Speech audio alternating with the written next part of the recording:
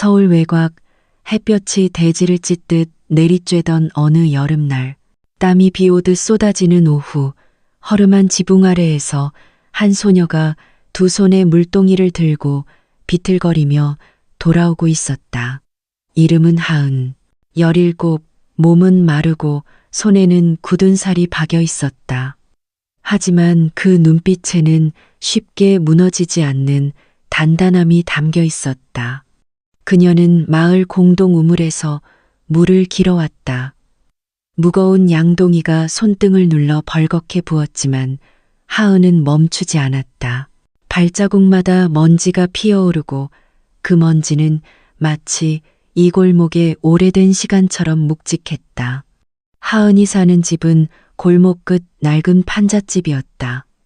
바람이 틈 사이로 들이치는 얇은 벽, 군데군데 녹슨 철판, 그리고 침대 대신 놓인 얇은 돗자리 하나. 그곳에는 그녀의 할아버지 승호와 할머니 미자가 함께 살고 있었다. 승호 할아버지는 뇌졸중 후유증으로 몸을 움직일 수 없게 되어 말 대신 눈빛으로만 세상을 바라보았다. 그리고 미자 할머니는 마른 몸으로 플라스틱 병과 고철을 주어 근근히 생계를 이어가는 분이었다.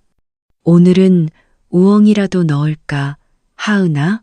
미자 할머니가 마른 손으로 장작불을 지피며 말했다. 네, 저기 논두렁에서 뜯어온 풀도 있어요. 오늘은 조금 나을 거예요. 하은은 조용히 웃으며 물동이를 내려놓고 소매를 걷었다. 속으로는 아무 말 없이 다짐했다. 오늘은 꼭 일자리를 구해야 한다. 약값이 필요하니까. 그녀는 말하지 않았다. 어젯밤 할아버지가 다시 발작을 일으켜 급히 약국에 달려가 8,000원이나 하는 응급약을 샀다는 것. 그 돈은 전기세로 아껴뒀던 돈이었다. 그리고 아무도 모르게 그녀는 여전히 가슴속 깊은 곳에서 미싱을 배우고 싶다는 소망을 안고 있었다. 하지만 부모는 없었다. 어머니는 간경화로 세상을 떠났고 아버지는 돌발적인 채석장 붕괴 사고로 생을 마감했다. 남은 것은 병든 조부모와 아무도 관심 갖지 않는 이 골목 끝 낡은 집뿐. 그날 하은은 골목 어기버스 정류장 근처에 있다는 작은 찻집으로 향했다. 소문으로만 들은 그곳의 주인 경숙 아주머니는 무섭기로 유명했다. 조금만 느려도 바로 쫓겨난다 했다. 하지만 하은은 겁먹지 않았다. 아니, 겁낼 여유조차 없었다. 이를 얻는다면 뭐든 할 수 있다. 그게 찬밥이라도 욕설이라도. 그녀는 자신을 구해줄 왕자님이 올 거란 생각은 하지 않는다. 다만 버틸 수 있는 하루가 쌓이면 언젠가는 그 하루들이 그녀를 다른 어딘가로 데려다 줄 거라고 믿는다.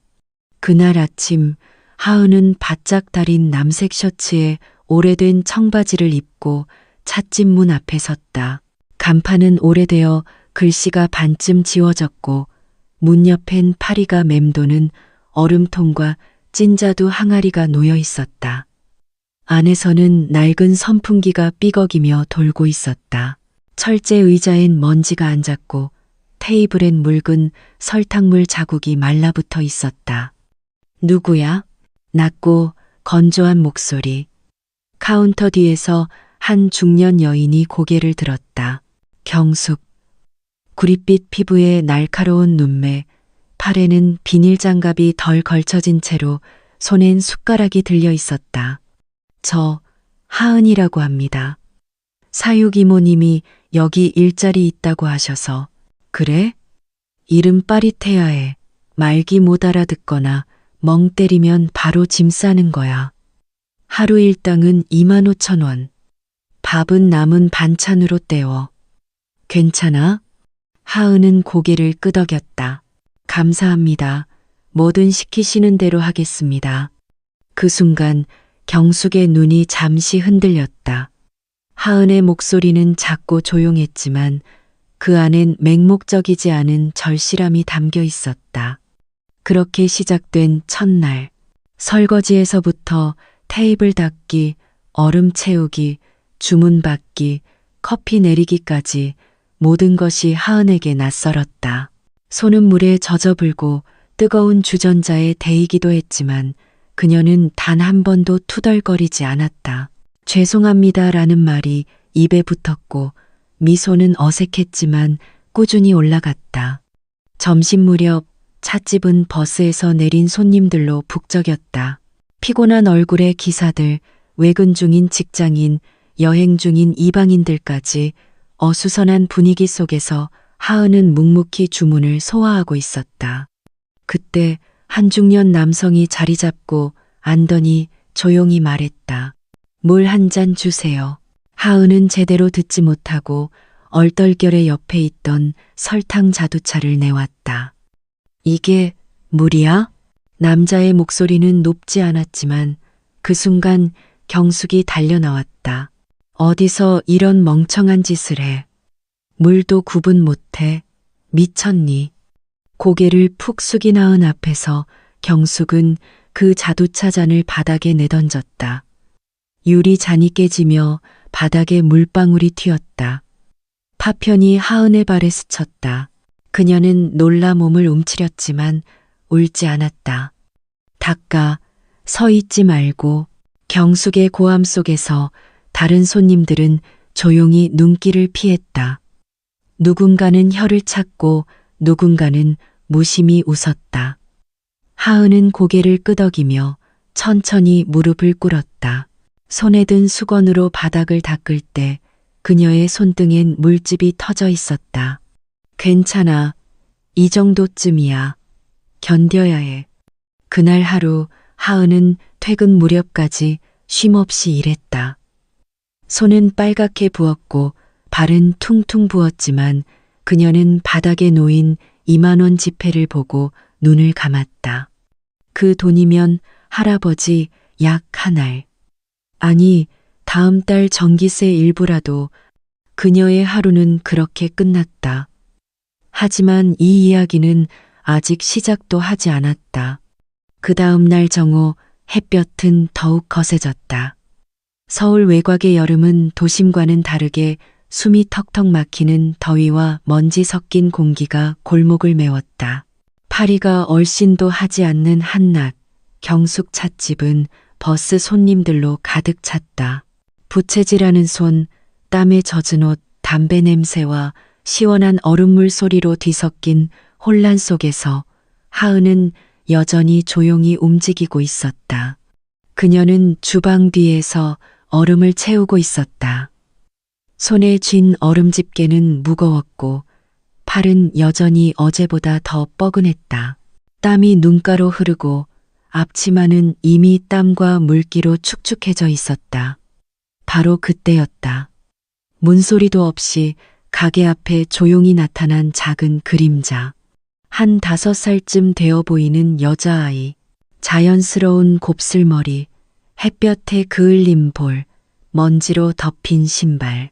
그 아이는 주머니에서 구겨진 1,000원짜리를 꼭 쥐고 있었다. 눈망울은 동그랗고 손은 떨고 있었다. 이모, 이거면 물 한 잔 돼요? 말이 끝나기도 전에 안쪽에서 경숙이 소리를 질렀다. 야, 돈 없으면 꺼져. 여긴 자선사업 하는 데 아냐. 가게 안이 순간 고요해졌다. 몇몇 손님이 고개를 돌렸다. 누군가는 비웃었고 누군가는 그냥 무시했다. 아이는 입술을 깨물며 눈망울이 금세 젖었다. 하은의 손에 들려있던 얼음 집게가 덜컥 떨어졌다.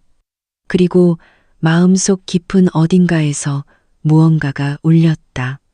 그때 나도 저랬지. 하은은 어린 시절을 떠올렸다. 시장통에서 어머니를 기다리며 목이 타들어가던 그날. 아무도 물 한 잔 주지 않았던 기억. 그리고 그날 이후 어머니는 돌아오지 않았다. 하은은 조용히 호주머니 속을 뒤적였다. 작은 봉투에 접어둔 5,000원짜리 한 장. 그녀는 아이에게 다가가 무릎을 맞추고 부드럽게 말했다. 이거 언니가 물 사줄게. 아주 시원한 걸로. 아이의 눈이 커졌다. 하은은 주방으로 들어가 직접 얼음을 잔뜩 넣고 물을 준비했다. 그리고 그 물을 조심히 테이블에 올렸다. 더운 여름날이지만 그 물 한 잔은 겨울의 따뜻한 국물 같았다. 자, 마셔. 더우니까 천천히. 하은은 손수건으로 아이의 볼에 묻은 먼지를 닦아주었다. 작은 손이 컵을 잡고 한 모금 삼키더니 아이는 말했다. 이모, 엄마도 이렇게 해줬어요. 얼굴 닦아주면서 하은의 눈이 순간 흐려졌다. 하지만 그녀는 웃었다. 그래, 언니도 그런 엄마였으면 좋겠다. 괜찮아. 넌 지금 안전해. 하지만 이 따뜻한 순간은 오래가지 못했다. 누가 그 애한테 물 줬어. 경숙이 주방을 박차고 나왔다. 얼굴은 붉게 달아올라 있었고 눈동자는 흔들리고 있었다. 하은이 너야? 미쳤어? 너 돈 있어? 너 책임질 거야? 하은은 숨을 들이켰다. 아이는 그녀의 옷자락을 잡고 있었다. 그녀는 고개를 들고 말했다. 제 돈으로 샀어요. 제가 낸 거예요. 돈 있다고 다 주냐? 그런 식으로 굴면 여기 매일 찾아온다고. 너 그 책임질 거야? 하은은 조용히 주머니에서 남은 2,000원을 꺼내 테이블에 놓았다. 이건 나중에 벌어서 갚을게요. 하지만 목마른 아이한테 물 한 잔은 너무 큰 사치일까요? 가게 안은 고요했다. 그 순간 아무도 말을 하지 않았다. 단지 누군가 조용히 입꼬리를 올렸고 또 다른 누군가는 고개를 숙였다. 하은은 아무 말 없이 아이의 손을 잡았다.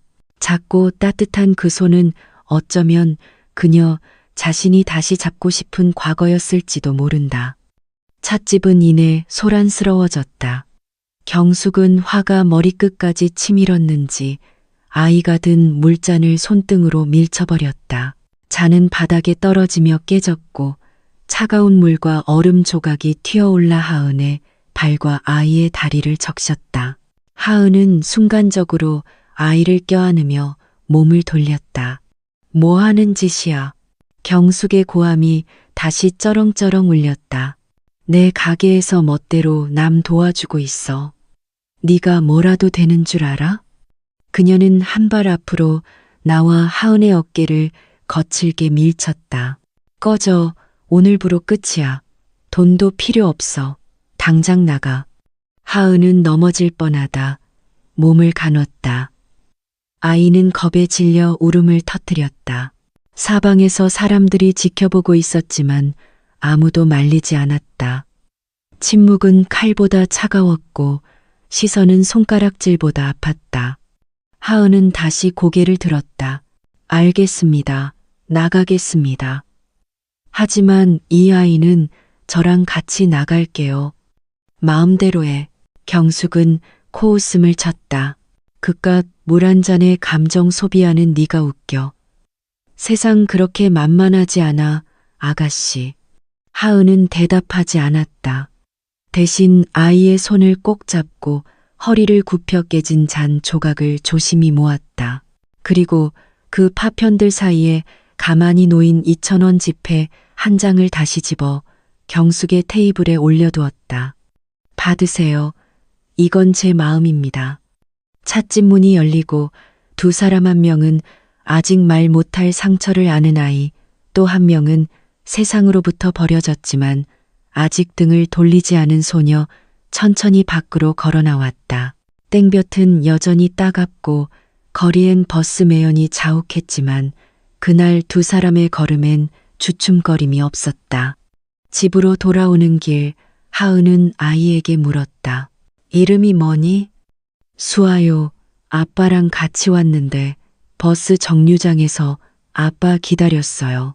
근데 없어졌어요. 그 말에 하은은 가슴이 뻐근해졌다. 아이가 말하는 잃어버림은 단순히 길을 잃은 것이 아니었다. 그것은 존재 자체가 사라진 듯한 두려움이었다. 집에 도착했을 때 할머니 미자와 할아버지 승호는 놀라움을 감추지 못했다. 하은아, 이 애는 누구니? 버스 정류장에서 만났어요. 아빠랑 떨어졌대요. 하루만 재워도 될까요? 내일 아침엔 파출소에 데려갈게요. 미자는 말없이 고개를 끄덕였다. 이 집에 뭐 대단한 게 있다고 못 나눌까 보냐. 수아는 이내 지쳐 쓰러지듯 잠들었다. 하은은 곁에서 조용히 그 아이의 머리를 쓰다듬었다. 그 작은 가슴이 오르락내리락하며 안정을 찾아가는 것을 보며 하은은 자신도 알 수 없는 따뜻함에 목이 메었다. 밤이 깊었다. 고요한 방 안 오래된 전등이 깜빡이며 마지막 빛을 발했다. 그리고 정적을 깨는 3번의 문 두드리는 소리가 들렸다. 이제. 하은은 자리에서 일어났다. 누가 이 시간에 이 골목 끝 판잣집을 찾을까? 문을 열자 눈앞엔 말끔한 양복 차림의 중년 남성이 서 있었다. 눈빛은 굳세면서도 어딘가 초조했고 그의 등 뒤엔 검은색 고급 승용차가 조용히 불빛을 비추고 있었다. 혹시 오늘 찻집에서 제 딸 수아에게 물을 주신 분이 맞으신가요? 그 순간 하은은 아무 말도 할 수 없었다. 심장이 두근거렸다. 그의 목소리는 낮고 떨렸지만 분명했다. 제 딸을 지켜주셔서 감사합니다. 현관 앞에 서 있던 남자의 얼굴은 낯설었지만 그 눈빛에는 무언가 깊은 후회와 절박함이 묻어 있었다. 하은은 무심코 뒤를 돌아보았다. 그 안쪽 얇은 이불 아래 수아는 조용히 숨을 고르고 있었다. 그 작고 여린 아이를 품에 안고 잠든 모습은 차가운 현실 속에서 잠시나마 찾아온 평온 같았다. 저는 수아의 아빠입니다. 이름은 정민우입니다. 그는 고개를 숙였다. 오늘 하루 종일 아이를 찾아 헤맸습니다. 결국 CCTV로 찻집 장면을 확인했고 그곳에서 당신을 보았습니다. 제 딸에게 물을 주고 얼굴을 닦아주고 곁에 있어준 분 정말 감사합니다. 하은은 당황스러웠지만 천천히 고개를 끄덕였다. 수아는 많이 지쳐 있었어요. 겁도 많이 먹었고 아버님을 애타게 기다렸어요. 민우는 깊은 숨을 내쉬며 입술을 깨물었다. 제가 일을 하다 잠깐 자리를 비웠는데 수아가 혼자 따라와 버렸습니다. 어머니가 아이를 봐주시기로 했는데 급하게 일이 생겨서 그 사이에 애가. 그의 말은 끝나지 못했다. 떨리는 손으로 이마를 감싸며 그는 무릎을 꿇듯 앉았다. 실례지만 제가 안에 들어가도 될까요? 아이를 꼭 안아주고 싶습니다. 하은은 문을 열어주었다. 민우가 수아를 바라보는 눈빛은 말로 다 할 수 없는 애틋함이었다. 그가 조심스레 다가가 수아의 손을 잡는 순간 아이는 꿈결처럼 눈을 떴다. 그리고 그를 보자마자 외쳤다. 아빠. 짧지만 큰 외침. 그리고 그 순간 온 집안이 숨을 멈춘 듯 고요해졌다. 수아는 벌떡 일어나 아버지의 품으로 달려들었다. 민우는 딸을 끌어안고 말없이 눈물을 흘렸다. 미안해, 우리 수아. 아빠가 정말 미안해. 그 장면을 바라보는 하은의 눈시울도 저절로 붉어졌다. 할머니 미자는 부엌에서 조용히 국을 끓이며 조용히 중얼거렸다. 저런 게 가족이지. 잠시 후 민우는 하은 앞에 다시 섰다. 제가 무례한 부탁을 드릴지도 모르겠습니다. 하지만 꼭 말씀드리고 싶었습니다. 그는 조용히 명함을 내밀었다. 정민우, 한백해운 대표이사. 명함 아래 깔끔한 손글씨로 적힌 문장. 언젠가 도움이 필요하다면 주저하지 마세요. 저희 회사에서 사람을 찾고 있습니다. 서류나 자격이 없어도 괜찮습니다. 오히려 이런 마음을 가진 사람을 원합니다. 하은은 망설였다. 세상은 늘 의심이 앞섰고 호의조차 빚으로 느껴질 만큼 그녀는 가난에 단련되어 있었다. 하지만 민우의 눈빛은 달랐다. 강요도 동정도 없이 그저 진심만 담겨 있었다. 그날 밤 하은은 명함을 손에 쥔 채 오랫동안 잠을 이루지 못했다. 내가 나아가야 할 길은 어디일까? 서울 한복판 회색빛 고층 빌딩들 사이에 우뚝 서 있는 8층짜리 유리 건물. 그 입구에 조용히 선 한 소녀가 있었다. 흰색면 셔츠에 단정한 곱창머리, 손엔 바렌천 가방을 들고 있었지만 그 표정은 결코 초라하지 않았다. 그녀의 이름은 하은, 바로 어제까지 경숙 찻집에서 일하며 하루 25,000원으로 살아가던 아이. 하지만 지금 그녀는 누군가의 도움을 받은 소녀가 아니라 스스로 선택해 이곳에 선 사람이었다. 어서 오세요. 문 앞 안내원이 정중히 인사하자 하은은 살짝 허리 숙여 인사하고 천천히 안으로 들어섰다. 에어컨 바람이 온몸을 감쌌고 바닥은 마치 얼음처럼 매끄러웠다. 벽은 전부 유리였고 사람들은 셔츠를 바짝 다려 입고 고급 향수를 뿌린 채 바쁘게 움직이고 있었다. 처음 보는 풍경, 처음 마주하는 냄새와 공기. 하지만 하은은 겁먹지 않았다. 대신 그녀는 속으로 되뇌었다. 나를 믿자. 적어도 나만은 나를 의심하지 말자. 엘리베이터가 도착하자 그녀는 안내받은 층으로 올라갔다. 인사팀의 최 과장이 앉아있던 사무실은 하은에게 마치 병원처럼 느껴졌다. 너무나 깔끔했고 모든 것이 정리되어 있었으며 아무것도 묻어있지 않았다. 인간의 냄새조차. 정민우 대표님이 추천하신 분이시죠. 이력서는 따로 없으시고. 최 과장은 잠시 고개를 갸우뚱했지만 이어서 덧붙였다. 우선은 기록실 보조로 시작하겠습니다. 주 업무는 문서 정리와 스캔, 분류 정도입니다. 할 수 있겠어요? 네, 감사합니다. 최선을 다하겠습니다. 하은의 목소리는 또렷했지만 그 안에 감춰진 떨림은 누구보다도 본인이 잘 느끼고 있었다. 기록실은 지하층, 창문이 없는 대신 조용한 공간이었다. 한쪽엔 오래된 회계 자료와 인사 기록들이 박스채 쌓여 있었고 다른 한쪽엔 낡은 복사기와 책상이 몇 개 놓여 있었다. 그곳에서 하은은 하루하루를 시작했다. 아침 8시 정각에 도착해 점심을 조용히 먹고 오후 6시에 마지막 파일을 정리하며 퇴근했다. 이 아이 고요한데 신기하게 꼼꼼하네. 어느 날 인사팀 직원이 무심히 흘린 말이 하은의 귀에 들어왔다. 칭찬 같지만 경계도 담긴 말. 하은은 웃지도 않고 주눅 들지도 않았다. 단지 오늘 할 일을 끝까지 마쳤는지만 확인할 뿐이었다. 그러던 어느 날 하은은 분류 중이던 재무 문서에서 이상한 점을 발견했다. 모든 숫자는 깔끔한데 유독 한 장의 지출 보고서에서 세금 항목과 실제 송금액이 맞지 않았다. 그 차이는 불과 300만 원. 큰 돈은 아니지만 묘하게 이상했다. 그녀는 별다른 말 없이 사본을 따로 뽑아 노트에 메모를 남겼다. 그리고 아무에게도 말하지 않은 채 다음 문서로 넘어갔다. 그날 밤 하은은 그 사본을 보며 조용히 중얼거렸다.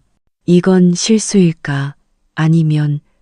하지만 그녀는 누구도 의심하지 않았다. 그저 기록으로 남길 뿐. 진실은 결국 스스로 드러날 테니까. 그날은 금요일이었다.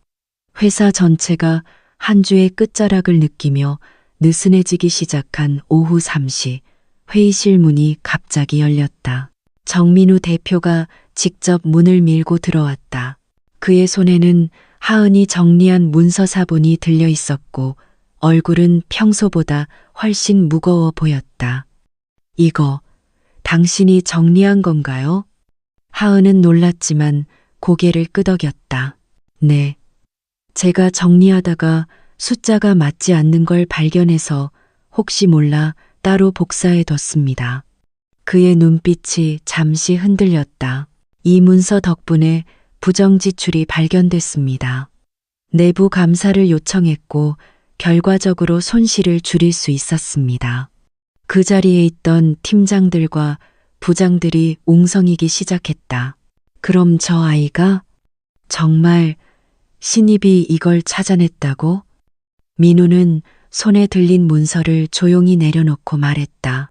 이건 단순한 숫자 문제가 아닙니다. 책임감과 집중력 그리고 조직이 잊고 있던 정직이 드러난 순간입니다. 그는 하은을 바라보며 고개를 숙였다. 고맙습니다. 하은은 입술을 깨물었다. 사람들 앞에서 칭찬을 받는다는 것은 낯설었고 동시에 쑥스러운 일이었다. 하지만 마음 어딘가가 따뜻하게 울렸다. 자신의 존재가 처음으로 인정받은 순간이었다. 그날 이후 회사 분위기는 미묘하게 바뀌었다.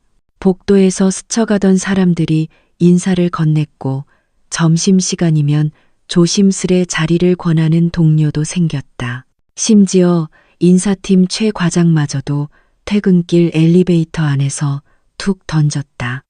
다른 자리로 옮길 생각 없어요? 총무 쪽에 빈자리가 생겼는데 일 잘한다는 얘기가 많더라고요. 하은은 조용히 웃으며 말했다. 감사합니다. 하지만 전 아직 기록실이 좋아요. 배울 게 많거든요. 그 대답은 정중하지만 단단했다. 하지만 그 무렵부터 누군가의 시선이 조금씩 차가워지기 시작했다. 인사팀의 한 비서, 정민우 대표의 측근으로 알려진 그녀는 하은이 들어온 첫날부터 유독 차가운 눈빛으로 지켜보던 사람이었다. 그녀는 속으로 생각했다. 시골 출신의 이력도 없는 아이가 무슨 능력으로 저 자리까지 갈 수 있지? 그리고 그녀는 조용히 그러나 확실하게 움직이기 시작했다. 하나미요. 며칠 후 하은이 퇴근 준비를 하려던 순간 컴퓨터 바탕화면에 알 수 없는 폴더 하나가 나타났다. 이름은 내부용 급여 조정안 비공개. 그녀는 손도 대지 않았지만 파일은 열려 있었다. 그 안에는 고위직 임원들의 급여 인상 내역이 담겨 있었고 상식 밖의 수당이 포함되어 있었다. 이게 뭐지?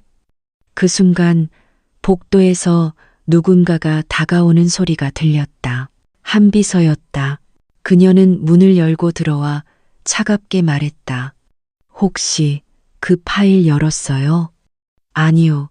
저는 열지 않았어요. 저 파일이 그냥 있길래. 한비서는 미소를 지었다. 하지만 그 미소는 따뜻함이 아닌 경고였다. 괜찮아요. 그냥 확인차 물어본 거예요. 하지만 이런 건 조심하는 게 좋겠네요. 그쵸? 그녀는 의미심장하게 하은을 바라보더니 뒤돌아 사라졌다. 하은은 문득 깨달았다.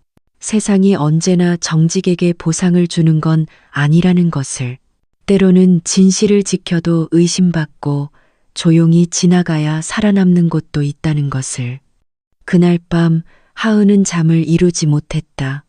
작은 방의 천장은 낮았고 선풍기의 바람은 간헐적으로 턱턱 멈췄다. 다시 돌아갔다. 하지만 그녀의 머릿속은 전혀 멈추지 않았다. 내가 잘못한 건 없는데 왜 이렇게 불안하지? 한비서의 눈빛, 말투, 그리고 마지막 그 미소가 자꾸 떠올랐다. 하은은 어릴 적을 떠올렸다. 비 오는 날 비닐 우산 하나 없이 학교에 갔다가 젖은 옷으로 칠판 지우개를 턱턱 닦으며 혼났던 날, 남들이 몰래 웃던 그 시선이 오늘 다시 떠오르는 듯했다. 그리고 생각했다. 난 왜 자꾸 이런 시험을 받는 걸까? 다음 날 하은은 아침 일찍 회사에 도착했다. 기록실에 들어가 컴퓨터를 켠 순간 그 파일은 사라져 있었다. 폴더도 이름도 흔적조차 없이. 하은은 그대로 마우스를 내려놓았다. 눈을 감고 숨을 길게 들이켰다. 그리고 다짐했다. 도망치지 말자. 이건 내가 만든 일이 아니니까. 도이지나. 점심 무렵 인사팀 최 과장이 하은을 호출했다. 대표님이 잠깐 보자고 하시네요. 회의실 3번으로 가보세요. 회의실에 들어선 순간 정민우 대표와 한 비서가 동시에 하은을 바라보고 있었다. 한 비서는 입술을 굳게 다문 채 눈을 가늘게 뜨고 있었고 민우 대표는 뭔가 곤혹스러운 듯했다. 하은 씨, 그는 조심스럽게 말을 꺼냈다. 어제 민감한 문서 하나가 하은 씨 컴퓨터에서 잠깐 접속된 기록이 있었습니다. 혹시 기억나는 거 있나요? 하은은 숨을 들이켰다. 그리고 눈을 피하지 않고 말했다. 파일이 바탕화면에 있었습니다. 저는 클릭하지 않았고 열려 있지도 않았습니다. 그냥 창을 닫고 퇴근했어요. 제 일과 관련 없으니까요. 민우는 고개를 끄덕였다. 그 옆에서 한 비서가 작게 한숨을 쉬었다. 그 파일은 원래 열려선 안 되는 자료입니다. 내부에서도 접근이 제한된 거였고요. 그 순간 하은이 말했다. 혹시 제가 이 일에서 빠지는 게 필요하다면 그렇게 하셔도 됩니다. 하지만 저는 숨기거나 거짓말은 하지 않겠습니다. 그 말에 회의실 안공기가 조금 달라졌다. 정민우 대표는 무겁게 고개를 끄덕였고 조용히 말을 덧붙였다. 괜찮습니다. 하은 씨를 믿습니다. 오히려 이런 일이 생겼다는 자체가 저희 시스템의 허점입니다. 그는 눈을 돌려 한 비서를 바라봤다. 보안 점검 다시 해주세요. 회의가 끝나고 하은이 회의실을 나가려던 순간 한 비서가 조용히 말했다. 이 회사 생각보다 냉정한 곳이에요. 조심해요. 하은은 돌아보지 않았다. 하지만 마음속으로 작게 속삭였다. 그래요. 냉정한 세상이니까 나는 더 따뜻한 사람이 될 겁니다. How are you? 퇴근길 하은은 한강 근처 작은 다리에 멈춰 섰다. 노을빛이 물에 반사되어 반짝였고 바람이 살랑 불어왔다. 휴대폰을 꺼내 저장해 두었던 명함 하나를 꺼내 바라봤다. 정민우 한백해운 대표이사. 그 이름 밑에는 아직도 흐리지 않은 손글씨가 있었다. 당신이 필요할 때 나는 기다리고 있을 겁니다. 하은은 조용히 주머니에 다시 넣고 중얼거렸다. 나는 아직 기다릴 사람이다. 흔들려도 무너지지 말자. 그로부터 몇 주 후 회사는 내부 구조조정과 함께 임원진 감사를 단행했다. 하은이 본 그 파일, 그리고 그녀가 아무 말 없이 남긴 기록들은 결국 문제의 시작이 아니라 진실의 단서로 작용했다. 이전까지 조용했던 회계팀에서 몇몇 직원이 이동되었고 새로 부임한 감사팀장은 하은의 기록을 보며 이렇게 말했다. 누가 시킨 것도 아니고 사심도 없이 이렇게 꼼꼼하게 적은 사람은 처음 보네요. 그 말은 천천히 사무실에 퍼졌고 그에 따라 하은을 보는 사람들의 시선도 서서히 달라졌다. 비서실도 인사팀도 더 이상 그녀를 조심스럽게만 대하지 않았다. 경계 대신 경청이 시작된 것. 그리고 어느 날 회사 게시판에 공지가 올라왔다. 내부 교육 공지. 교육명, 조직 내 윤리와 책임. 강연자, 김하은 기록관리부. 대상, 신임 및 승진자 전원. 일시 다음 주 화요일 오전 10시. 장소 본사 대강당. 처음엔 모두 의아했다. 신입이, 그것도 공식 이력이 거의 없는 하은이 교육 강연을 맡는다니? 하지만 그것은 정민우 대표의 직접 제안이었다. 지식이 아니라 마음을 전할 사람을 원합니다. 그의 말에 아무도 반박하지 못했다. How to. 강연 당일 대강당엔 100여 명의 직원들이 335 자리를 채웠다. 무대 위엔 하은이 서 있었다. 흰 블라우스에 검은색 슬랙스. 손엔 노트 한 권과 볼펜 한 자루. 그녀는 조용히 그러나 또렷하게 말을 시작했다. 안녕하세요. 저는 기록관리부 김하은입니다. 오늘 제가 말씀드릴 주제는 작은 책임의 무게입니다. 사람들은 처음엔 다소 긴장했다. 하지만 이내 그녀가 털어놓는 이야기 하나하나에 귀를 기울이기 시작했다. 비 오는 날, 우산 없이 뛰던 아이가 어른이 되어 단도노 영원으로 목마른 아이에게 물을 사준 날, 거짓 없이 문서를 정리했던 새벽들. 하은은 자신의 삶을 이야기로 풀어내며 단 한 문장으로 모두를 끌어당겼다. 정직은 내가 가진 마지막 자산일 때 가장 빛이 납니다. 그 순간 대강당은 숨조차 멈춘 듯 조용했다. 누군가는 메모를 멈췄고 누군가는 눈시울을 붉혔다. 그리고 강연이 끝났을 때 아무도 먼저 박수를 치지 않았지만 처음 박수를 친 사람은 정민우 대표였다. 그가 천천히 일어나 박수를 치자 이내 모든 직원이 따라 박수를 보냈다. 그것은 감탄이 아니라 인정이었다. 이나.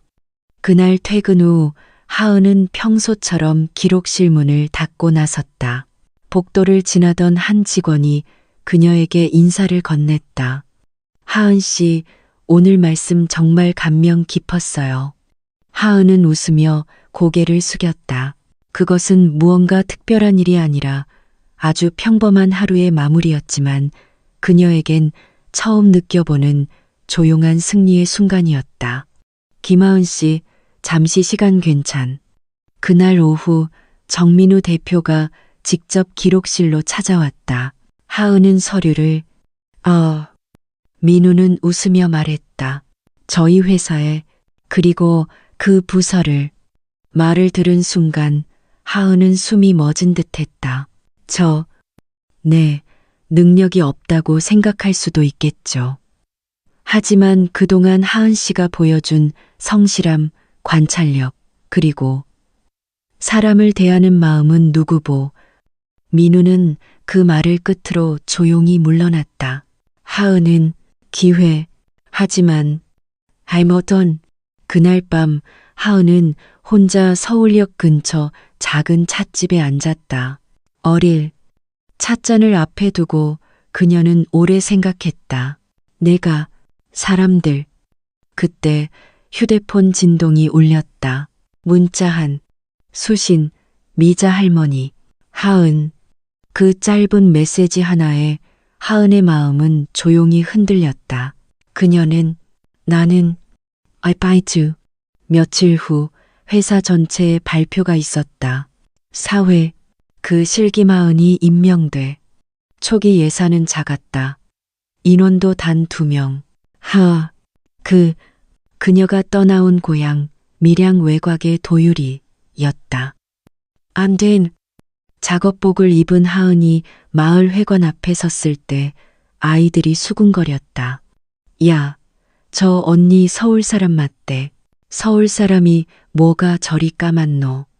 하지만 얼마 지나지 않아 하은은 그들 사이에 앉아 감자를 깎고 있었고 할머니들과 함께 나무를 다듬고 있었다. 그리고 작업이 끝난 후 벽에 붙은 낡은 종이에 조용히 적었다.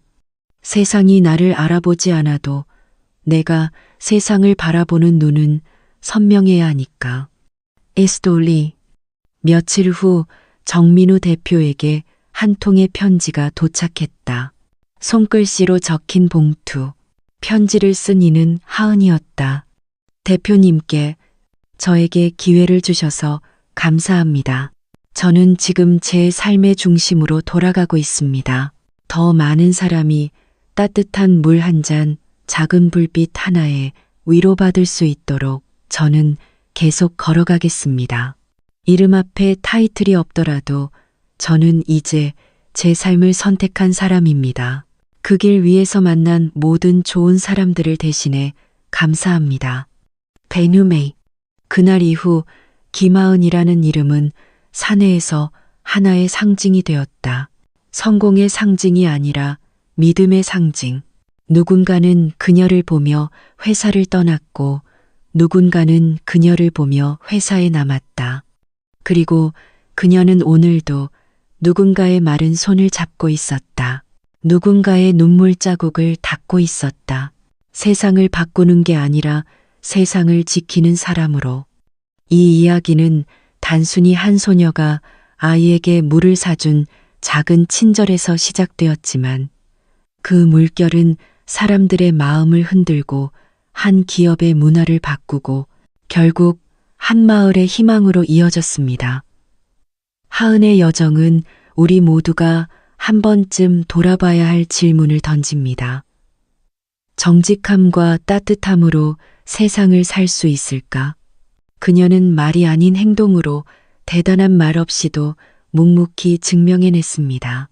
이야기를 통해 느꼈던 감정, 분노, 슬픔, 희망, 그리고 벅찬 감동이 지금 당신 마음속에도 남아있다면 그것만으로도 이 이야기는 가치가 있습니다.